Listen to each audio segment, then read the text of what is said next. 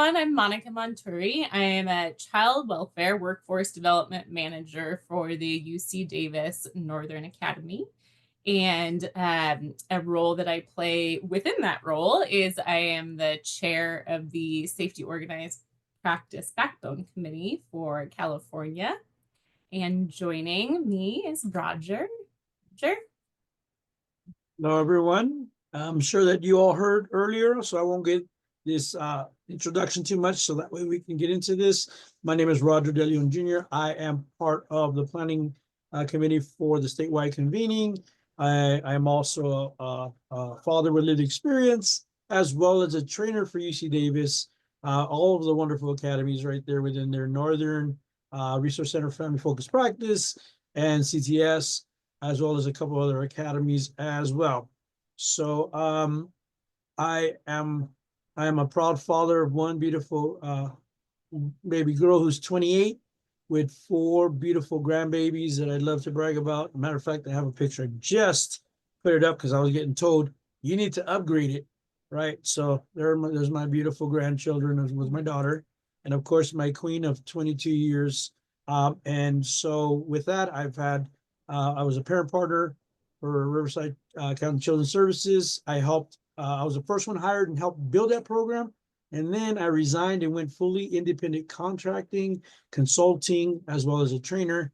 It's going to be 2 years. Wow, it's that time has flown. So enough about me, right? I'll turn it back over to you, Monica. Yeah, thanks, Roger. Also, I guess it's important to mention that another hat that I play in my role is I am a subject matter expert for Family First Prevention Services and really all things prevention related. So I sit on a large number of the FFPS related committees. Yeah, and that is a double passion of mine: safety organized practice and prevention work. So when I get to talk about the two topics together, it is very exciting for me. We will jump right in. So our agenda today is really 3 basic things. We're going to talk about what is safety organized practice for anyone who is not familiar. And we call it SOP for short.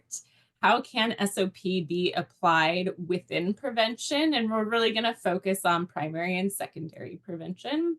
And what is the impact for families? So Roger's really going to be here to speak about what does that look like for families? What is that impact when we're applying SOP in the scope of prevention? That's our agenda for today. So we're going to do a quick Mentimeter poll. You can use the QR code on your slide. You just snap it on your phone, or you can join at the top, the instructions, menti.com, and use the code at the top to join in. There'll be a couple of Mentimeter activities today. So when you have that up, it would be helpful if you kept that open. We'll go back to Mentimeter at the end of the presentation for another activity. I see some votes coming in already. Of what is your familiarity with safety organized practice? So this just gives us a little sense of, have you heard of it, or maybe never heard of it, but you don't know much about it? You've received some training on it, but have not really used it yourself or within your agency, or I've used it and I use or have used safety organized practice within my work.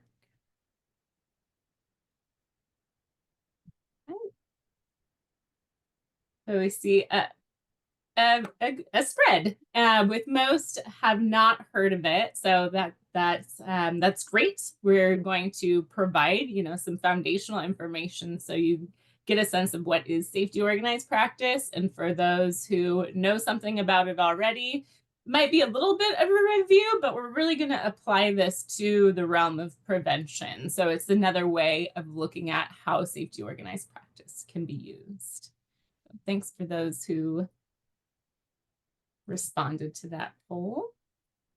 So just jumping right in of what is safety organized practice. So it is a collaborative, trauma-informed, culturally responsive, best practice approach to working with children, youth, families, and their networks that is rooted in evidence-based practice and provides practical tools and strategies to support engagement, assessment, and critical thinking. It actively positions the family as the expert and then holds those working with the family responsible for honoring the unique culture and perspective of each family by uplifting and building on their strengths to achieve safety, permanency, and well-being. Um, a little bit more about it. It evolved from Signs of Safety, if anyone's heard of Signs of Safety, which originated from the work of Andrew Trinnell.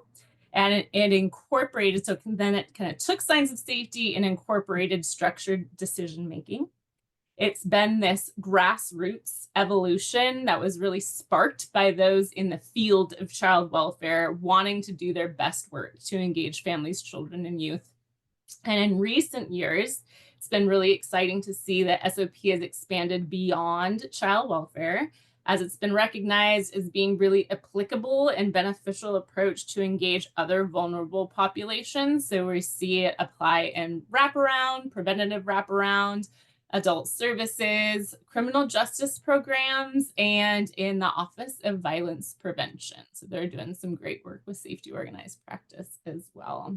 And I will say that real quickly, that also within the peer community, working for child welfare, we were trained on safety organized practice. And I am also a co-trainer for the safety organized practice for the peer community. So we're really seeing the benefit of expanding it through all partners who are working with children, family, and youth, and in even adults serving vulnerable populations as well. So what are the goals of safety organized practice? It's really three primary goals are to enhance these three areas. So first, it's enhancing relationships with children, youth, families, their networks, and tribes. Child welfare research across the board has shown us consistently that good working relationships amongst all collaborative partners involved are strongly associated with positive outcomes for families. It enhances critical thinking and assessment and decision making in a way that works actively to recognize and combat bias and our own assumptions. And then it's also enhancing safety, permanency, and well-being of children and youth by collaboratively creating clear agency and family goals that are really safety-driven as opposed to service-driven. So historically, in the field of child welfare in particular, we have seen case plans, even safety plans at times being service driven. You know, you're going to go to drug and alcohol services or a drug and alcohol program. You're going to complete a treatment program. You're going to take parenting education. So this is really a different approach of focusing on a different way to support families. We heard earlier in the parent panel about, you know, thinking creatively, thinking of other ways that families receive support and youth that are helpful, that are not necessarily service-based and service-driven. So that's a strong focus of safety organized practice as well, to utilize the thinking out of the box to support safety, permanency, and well-being. So those are the three goals of SOP. So we're going to focus on some core SOP strategies today. And these really are the three core SOP strategies. So we have the 3 questions, solution-focused questions, and networks and teaming. So we're going to kind of look a little bit more deeply into those 3 strategies. And across the board, you're going to see a consistent theme of the value and importance of transparency and shared understanding throughout all of our work in safety organized practice, and really in these 3 core strategies. Oh, where did my mouse go? Okay. So we'll start right in with the 3 questions. I can't see a lot of folks. I was gonna say like raise your hand or give, the emojis go crazy. I learned that in Zoom today. Like a thumbs up if you've heard of these 3 questions, or this is a way that you share and organize information in your work or your agency. Got a couple of thumbs up. Oh, do we? I don't see anything. I think it's because I'm sharing screen. I see nothing. So. More coming out. Okay, great.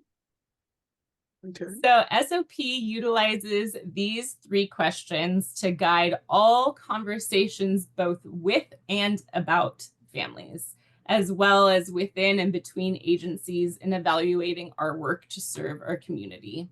You'll see on the right that there's some terms of some specific areas that we'll look more deeply into in a moment. But using these 3 questions to guide conversations and discussions ensures we're conducting what we call a rigorous and balanced assessment that lifts up what is going well or has gone well in the past to build upon these successes, worries that need to be addressed, and action steps to create shared accountability and clarity on the next steps. These questions are broad so that they're able to be applied broadly, including in interviews, conversations with families, children and youth, in child and family team meetings, home visits, supervision, agency meetings, cross-agency meetings, and really endless opportunities where these questions are able to be used. They utilize straightforward family-friendly language, and when utilized consistently, it allows families to know what to expect during a conversation and during meetings. Being able to anticipate what will be discussed allows families to feel prepared, which provides a sense of control. So this really results in a trauma-informed approach to engagement with families.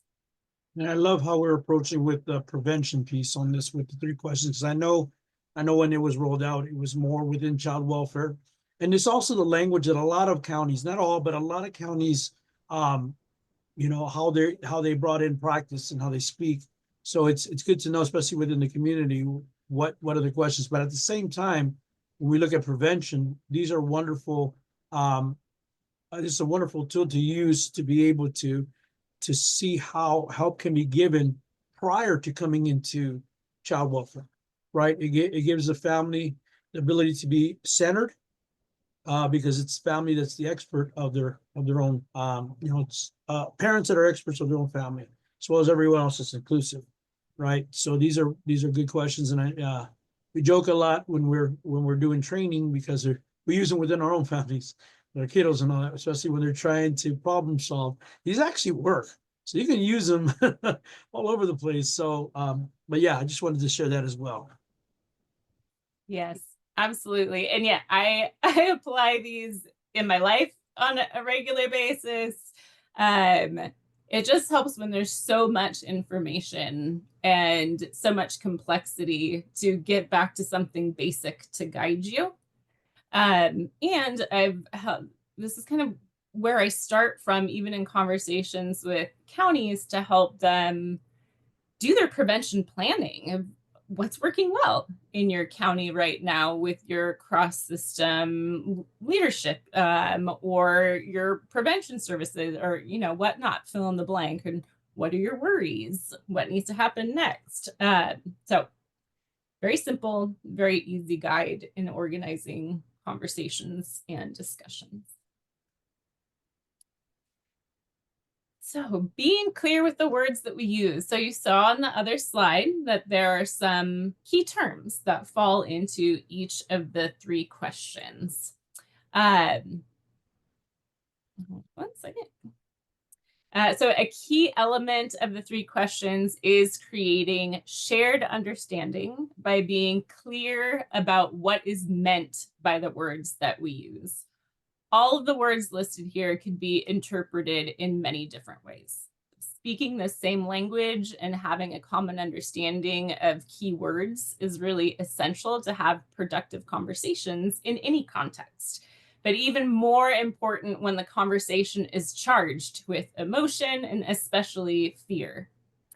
So these, in safety organized practice, we are very specific about what we mean by these particular terms that are used a lot in the context of work in child welfare.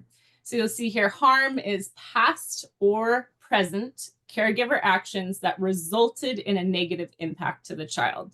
So to have harm, you have to have a caregiver action, and it has to have created a negative impact on the child.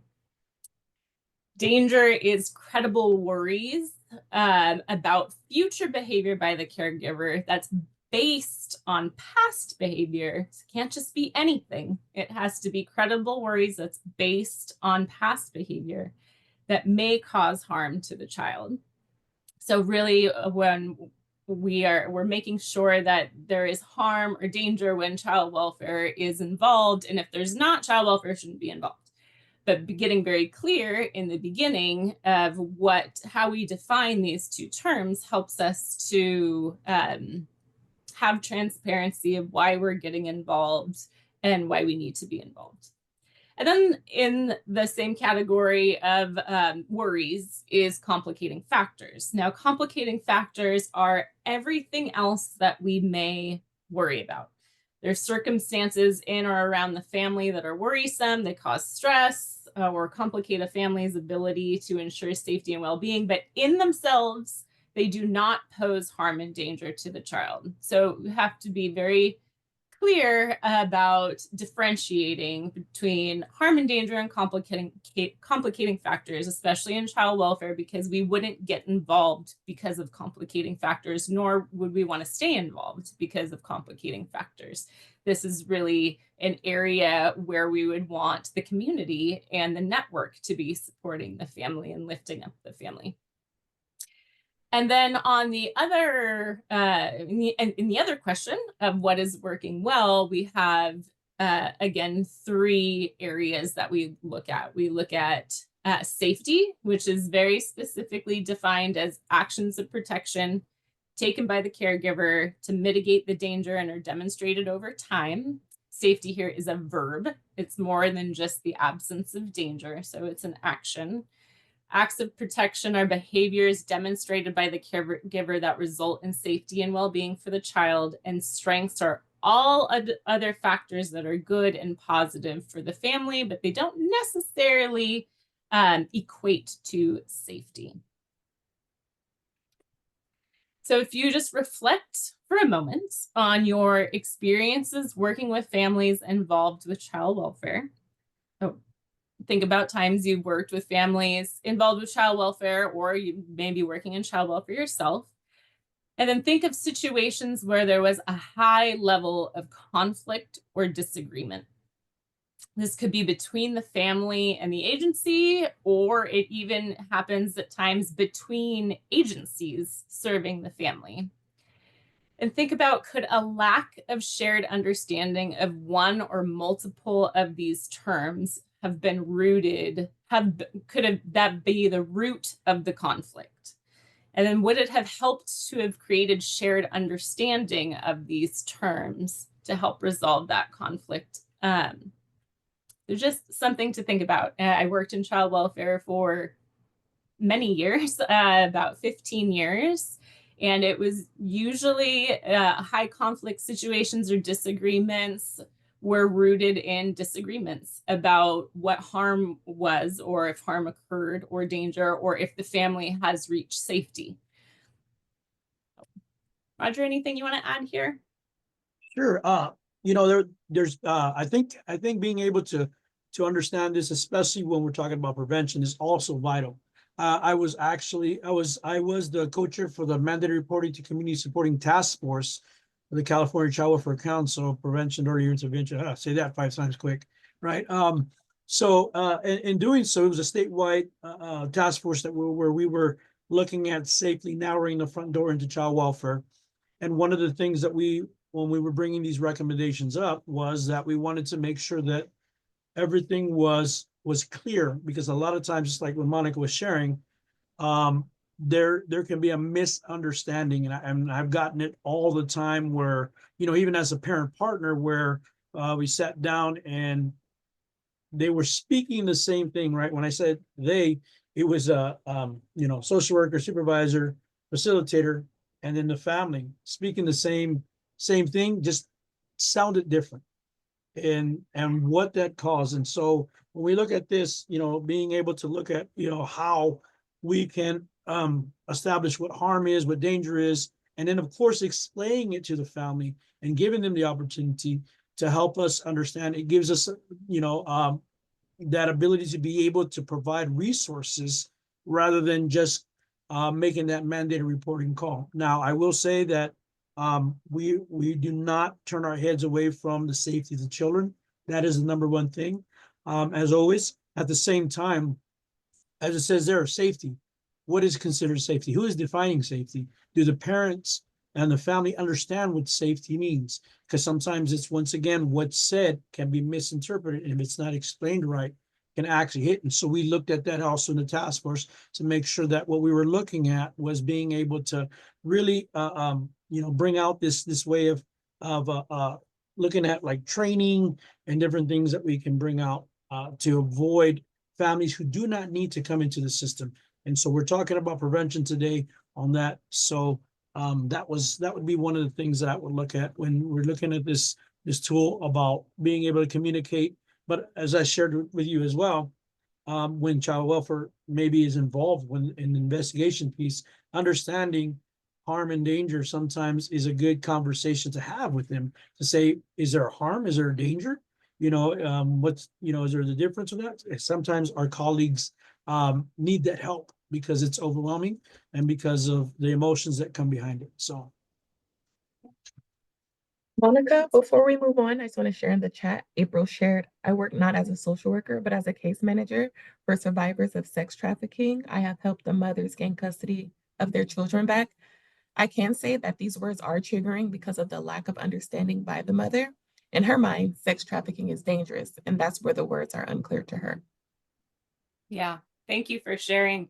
Yes, these are some terms that we specify in safety organized practice because of the historical child welfare focus of families and these like trigger terms or key terms in child welfare. But applying safety organized practice to other fields, there may be other terms that you identify as, oh, this is a term that is really important that we define out very clearly when we're having conversations with our client populations or about our clients, or with agencies that partner to serve our clients. So great point. All right. So mapping is a tool utilized in safety organized practice to help organize the information obtained through the 3 questions.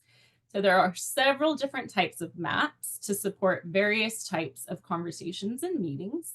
The 3 columns map shown here is the simplest and most family-friendly version, and it's often utilized to facilitate child and family team meetings, and can be also used during home visits or other contacts with families, children, and youth.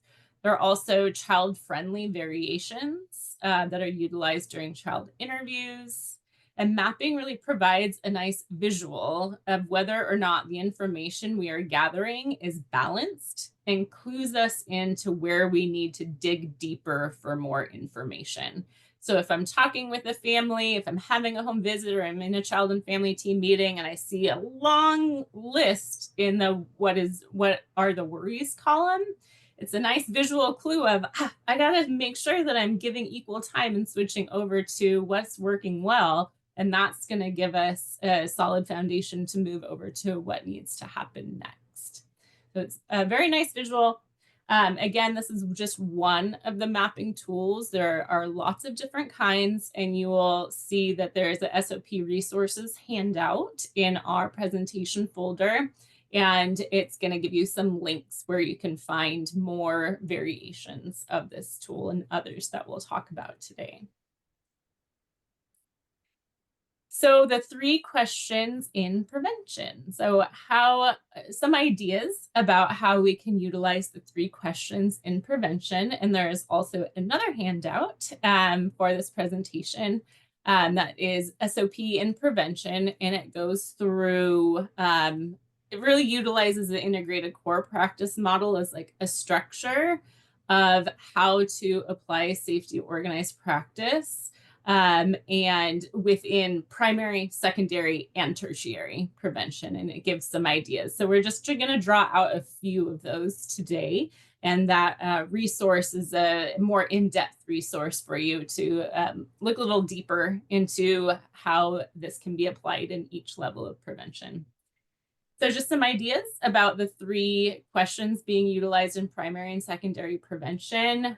We can use it to conduct balanced assessments and identify next steps to support the family, no matter where you sit in your service delivery or where you're coming in your work in the prevention continuum to work with families. It is always beneficial that when you are conducting your assessment, utilizing these questions to make sure that you're giving balanced attention to strengths and needs of the family. It can also be used to assess progress and effectiveness of the services and supports that are being provided to the family. So as the family, a child or youth is going through services, utilizing it to assess, well, what's working well for their family in regards to this service or support. What are the lingering worries? What else is going on that we need to address? And what next steps? What do we need to do next to make sure that the family is moving towards whatever goal that has been identified to help them work toward? And also within that, what needs to happen next to maybe revise the family's plan. Maybe there are some worries that are still not being addressed. So do we need to make any pivots or revision to how we are supporting the family? And what does that need to look like? And then also to assess effectiveness of programs of services and supports, or in secondary, to assess that collaboration with prevention partners. So again, across agencies or our prevention work as a whole, what's working well, what are worries, and what needs to happen next. So more of a meso level of applying safety organized practice to our work as community partners. Anything else you can think of, Roger, to add here? I think I shared it on the other slide, pretty much about the same thing about the communication and importance of the assessment piece and making sure that the assessment is very inclusive of the family, right? At the center, making sure that we're not assuming nor making decisions for the family. And this is what SOP was really designed to do, not just within child welfare's, not just within the child welfare agency, but outside as well when we're looking at prevention. And of course, building that rapport will be vital as we're developing these in the community.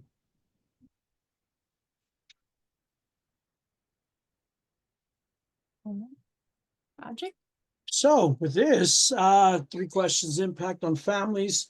Looking back at practice, even today, even though I'm not a parent partner, I still consider myself a parent partner. I just am not under a county agency. I'm independent, so I get to work with families a little bit more openly and also on preventions. And looking at these questions, what's working well, what is it that we need to what's working well? I'm drawing a blank right now. Our worries. What needs to happen next? And then what needs to happen next? And my apologies for that. It's been a long morning. So, and what comes to mind, it was a family that came and we're asking some questions on some of the issues that they had. And so I was able to pull out these 3 questions and asking them. And so what I did was I gave them the ability, or I gave it over to them to which one they would want to answer first on these 3, right? Wasn't a CFT, wasn't anything. It was more on a one-on-one basis of consultation. because there was some concerns that were coming out. And so they knew that I was a parent partner at one time. So it was more on a consultation on what to do next. And so when asking about the worries and what's working well, they decided to go with the worries first. And the reason why they wanted to go with the worries first was because of the anxiety piece, their emotions that were a part of that. And so, I agreed to sit down with them, and they went over, and so they began to share a list. And so I said, okay, all right, this, are we done? And so they said, yeah. So I was like, okay, so now let's look over at the what's working well. And the thing about it that I found was interesting was that as soon as they were able to get off of their chest what they were worried about, they were able to start hitting on what was working well. Their anxiety had went down a little bit, and they just started to just, with all of them, just start going back and forth on what was going good, what was going to go good for the family. And so as we looked at all of these that were laid out, and then I began to ask, okay, so what needs to happen next? What is it that you feel that needs to happen? I didn't say, oh, what needs to happen next is this, that, or the other. What I did was I turned it once again and empowered them to be able to look at, and they made the decision on their own, which ended up being such an eye-opening, moment for them to be able to see and to be able to develop. And that's just one of the many. I mean, I've done it within child welfare as well. We've done the CFTs. I shared with you about where there's the agency, there's the family, and we're sitting down in the CMT, and we're going through this, and they're saying the same thing back and forth, but they're arguing because they don't understand each other. And it was that miscommunication. So as I was sitting there as a support, and decision had not yet been made. So there was anxiety from the family. And as I sat there and I paid attention to it, I pretty much stopped everyone, said, can I speak? And I shared what it was to family. And we joked a lot in child welfare as parent partners. We speak parent and we speak social worker, right? So that was our little thing. We were bilingual. And so I was able to explain it to the social worker supervisor and the facilitator, and then of course explain it to the parents and the whole family that was there, that they were talking about the same thing, but because of the anxiety, because of the emotions, because of the miscommunications, the words they were not understanding, the words that were being used by one party that the others were misinterpreting. When it was laid out, they were like, well, yeah, that's what we want to do. And it was like, there you go. And so this is why, and this is before SOP rolled out. So it was amazing to be able to do that. Well, actually, it wasn't, because we did it through SOP. It was amazing to see that, where there's that miscommunication at times. And on top of everything, it was a family that did not have to come into the system. It was a safety plan that was laid out, and it went well. So this is the impact of the 3 questions. And once again, as we shared, you can use it in any capacity with any agency, right? It's a way to get information. It's also a way to build that rapport with the families to say, hey, we want to hear from you. What is it that you feel is working well? What is it that you feel you're worried about? And how can we move forward, right? And so I'll stop there. Thanks, Roger. And it's so powerful in itself for families to realize that we are just as interested in what's working well. We want to know what's working well. We want to spend equal time discussing that, and that can bring down some anxieties and fear and worry when they're seeing that I'm just as invested and just as interested in hearing about what's working well for your family, so we can build on that. And before we move forward, I just want to share some comments from the chat. Lori shared that I think staff get most confused about the terms complicating factors because substance use and mental health have been grouped under complicating factors. It seems to me like substance use and mental health may or may not be connected to danger or harm and would need further assessment to determine a safety, worry, and the right level of intervention. And Amy shared mental health and substance use can be either a complicating factor or the cause of harm to the children. It is important to check or bias when assessing how it impacts each referral individually. Mm-hmm.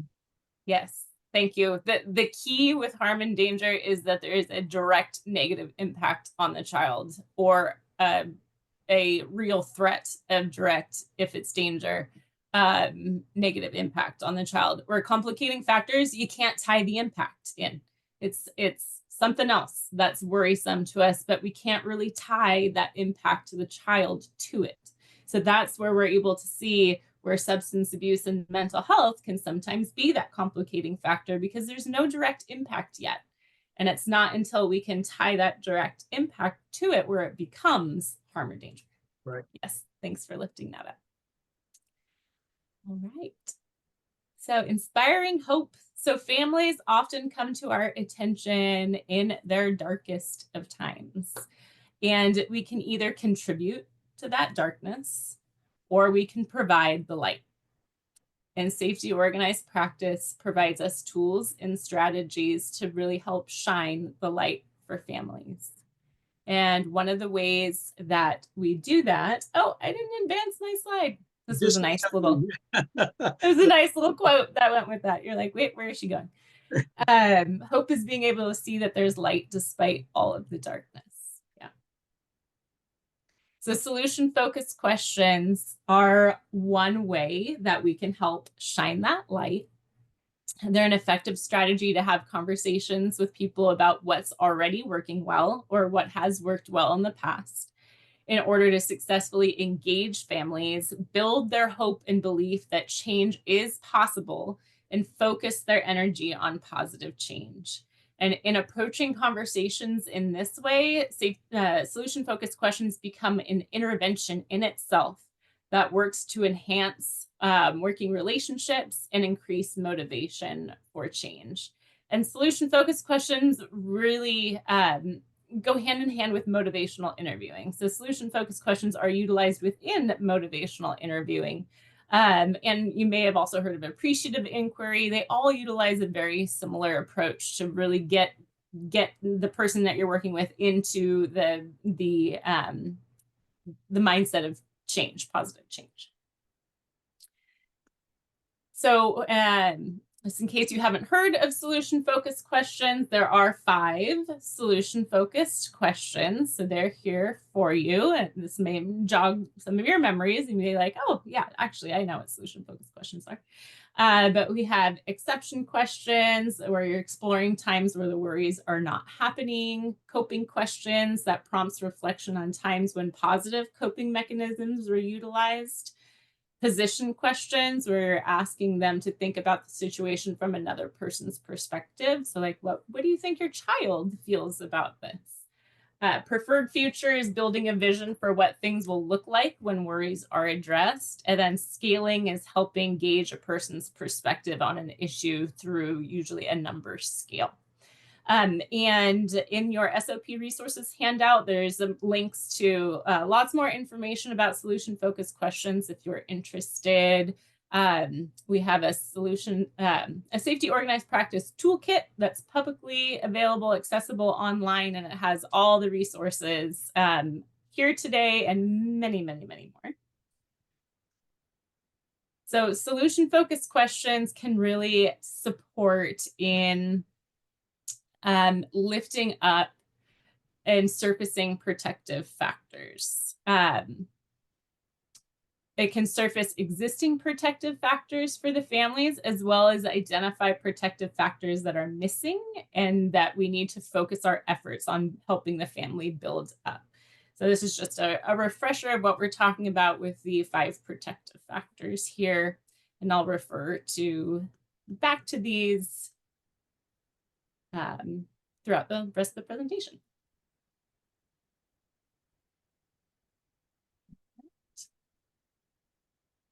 So utilizing solution-focused questions in prevention, in both primary and secondary, we can utilize them to identify what's worked well in the past for the family, or what is currently working well, and strengths to build on to meet their needs. So we're utilizing this as a strategy to answer the what's working well question.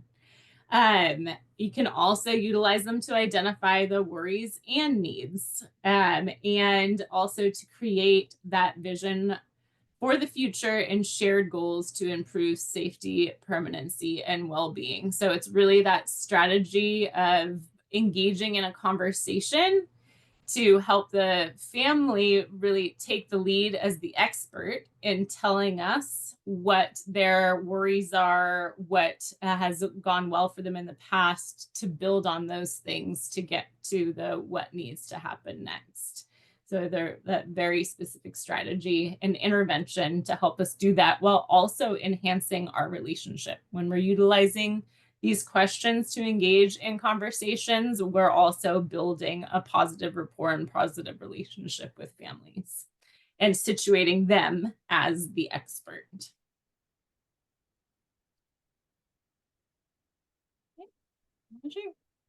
Got it. So as we look at this, the impact on families, I got a lot of stories, but I know that I can only share one.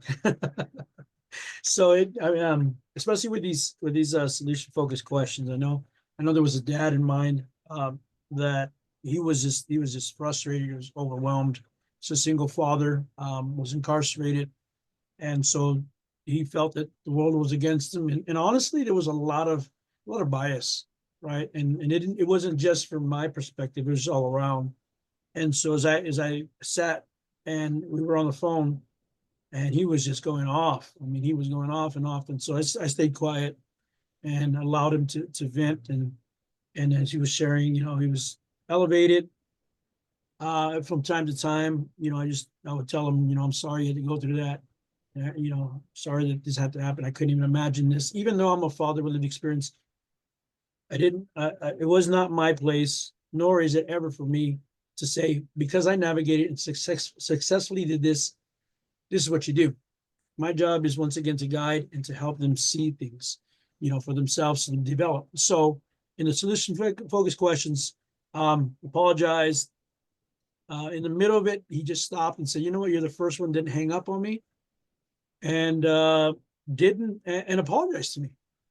And so I asked him, what does that look like? I mean, really, what is it that you would like to happen? And so he began to start thinking about it, which stopped him because it stunned him. And he responded, no one's ever asked me that question. Nobody's ever asked me what I wanted. And so I went on and I found that and told him, you know what, can you tell me of a time when everything was good?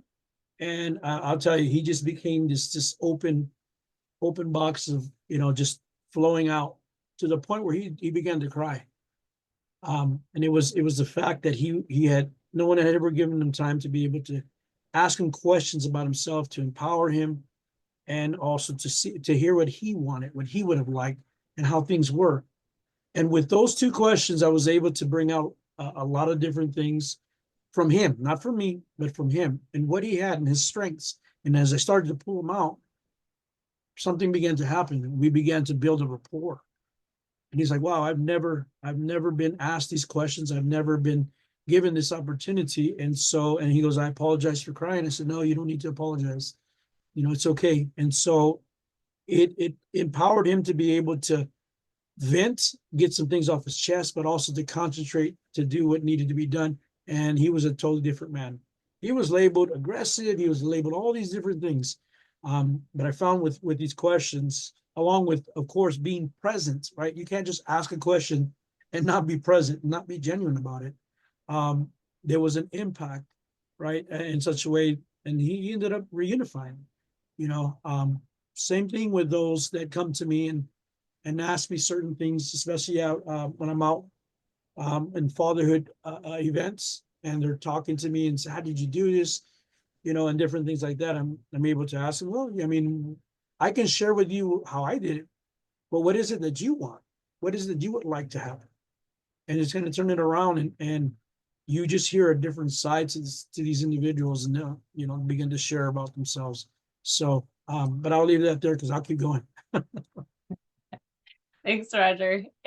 And really, these questions have the same impact in serving our families further up the stream earlier on. So we're just shifting the conversation a little bit of what do you need to really strengthen your family or build your family to, address this particular worry, or what do they need to prevent going further down the stream where we might see them in the world of child welfare or probation. So really, what do they need to feel more confident or build them up? And really, it boils down to the protective factors of what do they need to be able to build up their protective factors so that they are able to problem solve and find the solutions within their own family, within their own community. I think also real quick, Monica, just real quickly, I was thinking about a prevention. The father called me and they were in the middle of not family law, and they were threatened, if you keep it up, you're gonna go, we're gonna report it. And so he was telling me, he says, so I mean, she's this, and she, going back and forth, and I'm listening to him and listening to him. And so the question I popped out with was, how do you think your kids feel about this? Boom. It just like, he's like, what's that? Yeah, how do you think your kids feel about this? You and mom going back and forth and them seeing it. That totally just, his mind just like turned. And I mean, he could have gotten offended. He could have came at me or as we were talking, but he didn't, because reality set in for him. Sometimes what it is that position question, putting yourself in their shoes. Right. And if I'm not mistaken, I'm trying to remember, I think he also went through that with his parents. DV and, separation, all that.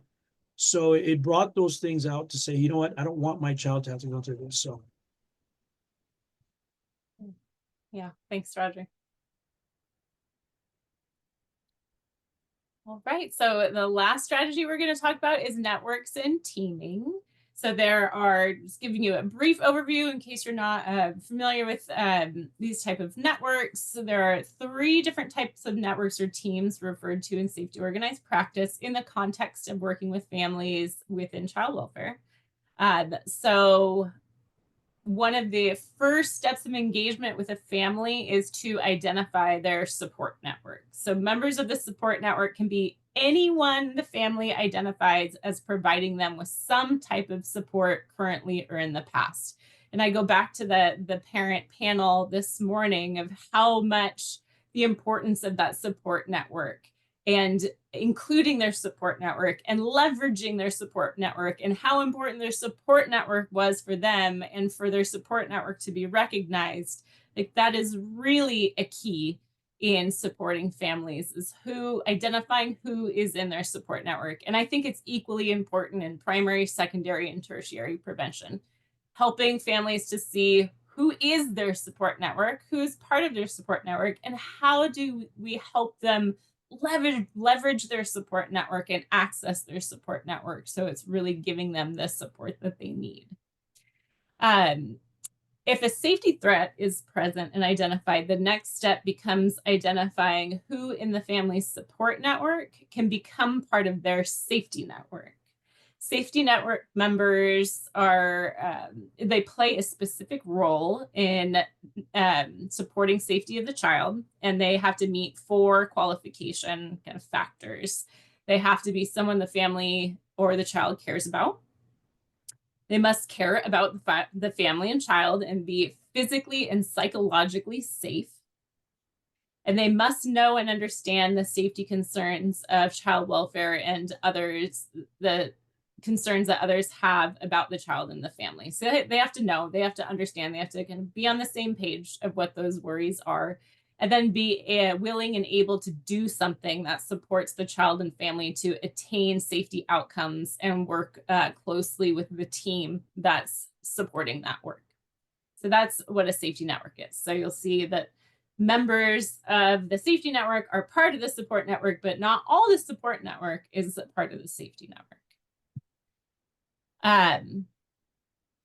Then the child and family team members are identified by the family, but also include other mandated participants. So this, again, is in the world of kind of child welfare. So this would include the social worker, maybe tribal members or members of the tribe that are supporting the family when a Native American family is involved. And not all support network members need to be part of the child and family team. Families can have an expansive support network, and they don't have to be intimately involved in these services or supports or processes. The decision of who is going to be in the family's child and family team is really led by the family and how comfortable they feel letting each person into that conversation.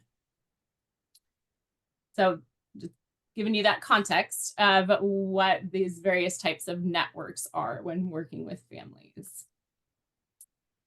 And then what is the importance of networks? So networks, I believe, are crucial in working with families. Again, we heard that in the panel even today of the importance of support networks.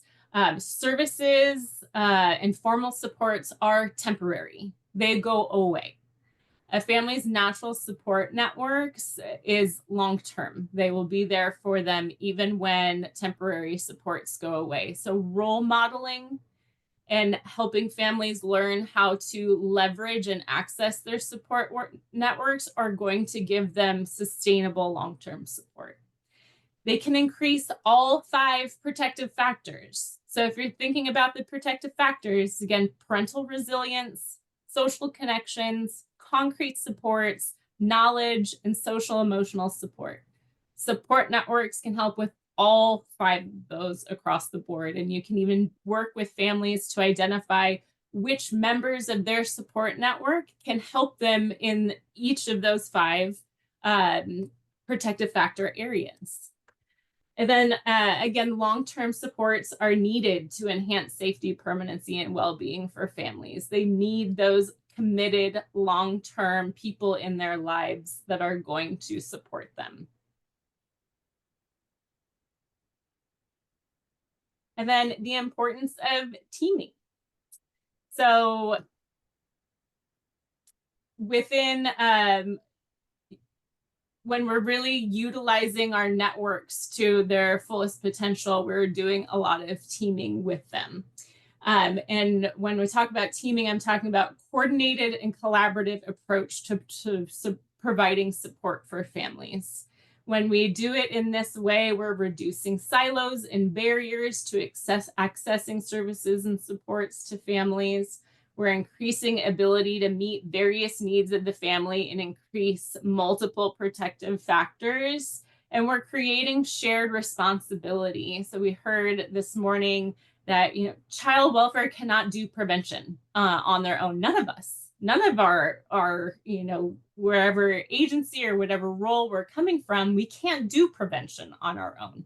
The collaboration is essential. So creating that shared responsibility of these families belong to all of us. They belong to our community, and how we need to utilize teaming approaches that are really meaningful and thoughtful to identify how we can support families together, reduce those silos, reduce those barriers.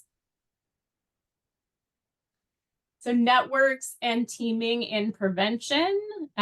Some ideas here are asking your families about their support networks, whether you're in primary, second, or tertiary. That is a really crucial question of asking them who is part of their support network and helping them explore how to utilize them to meet their needs. Again, thinking out of the box. We all come from a service kind of lens, but thinking outside of our service lens of really what provides that long-term support for families. And utilizing or participating in multi-agency team meetings with families and their networks to create plans for support.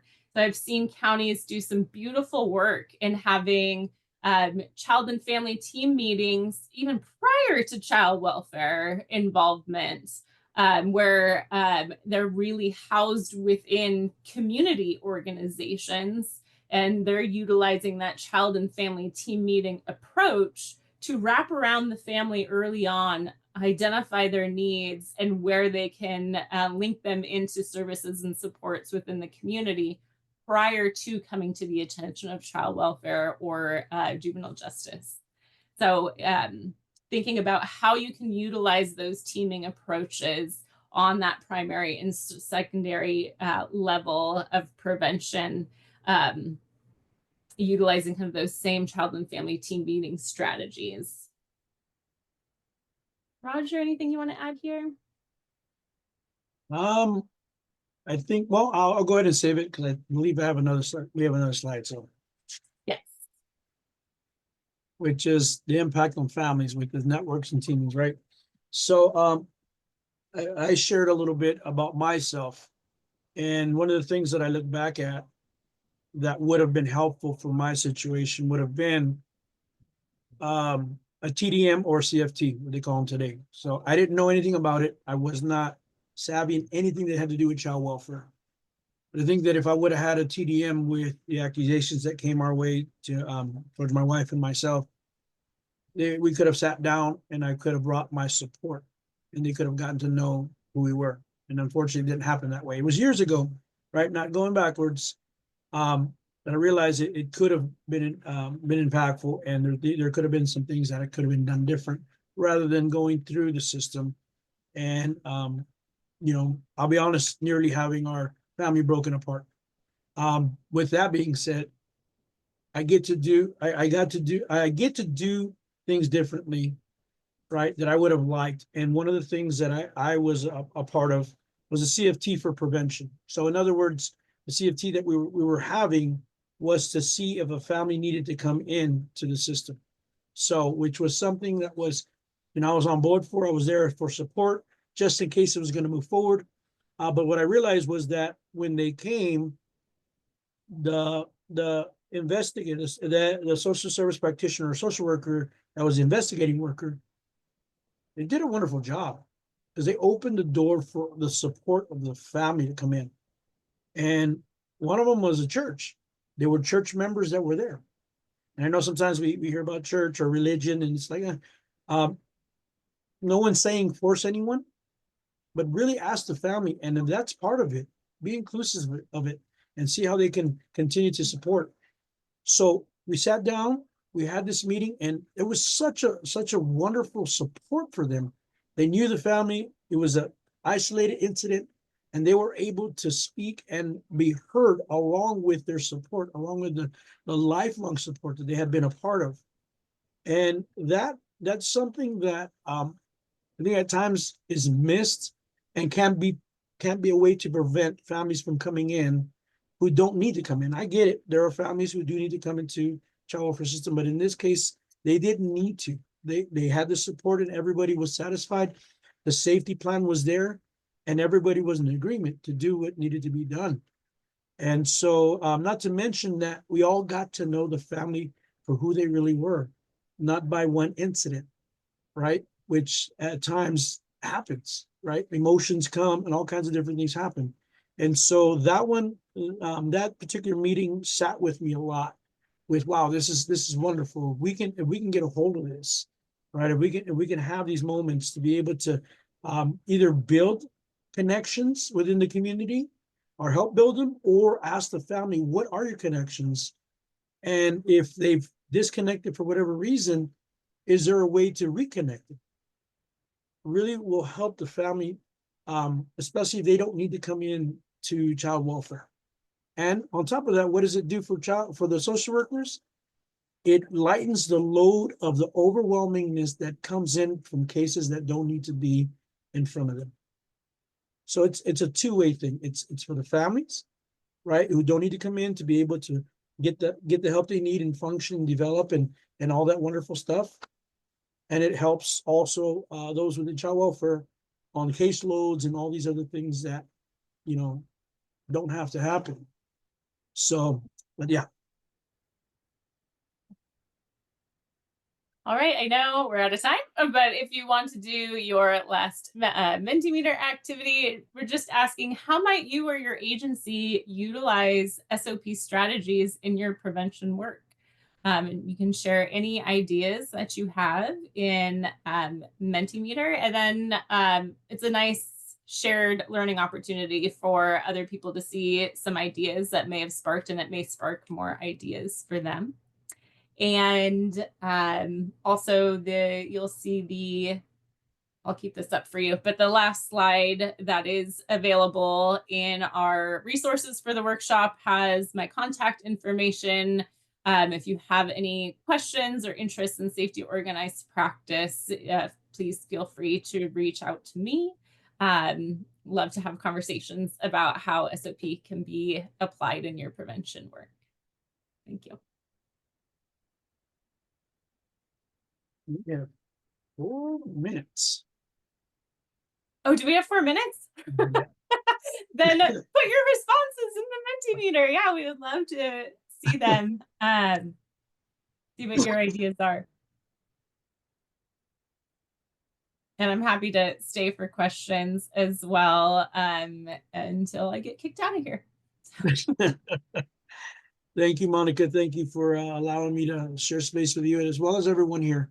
It's always a privilege to be a part of these workshops, and and then I get to read these things, right? These Mentimeter responses. I can see 3 questions being used during home visits, check-in with families. Nice. Yeah, any type of home visits, right? We have our multiple evidence-based practice home visiting programs that counties are implementing, and it's a great approach to the 3 questions and solution focused questions to be able to use in any home visiting approach and strategy. Yeah, in schools as well. Yes.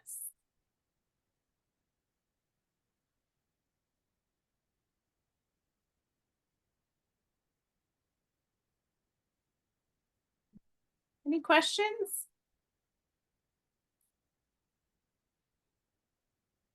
Yeah, linkages, SOP and linkages, yay. Thanks for putting that in the Mentimeter board.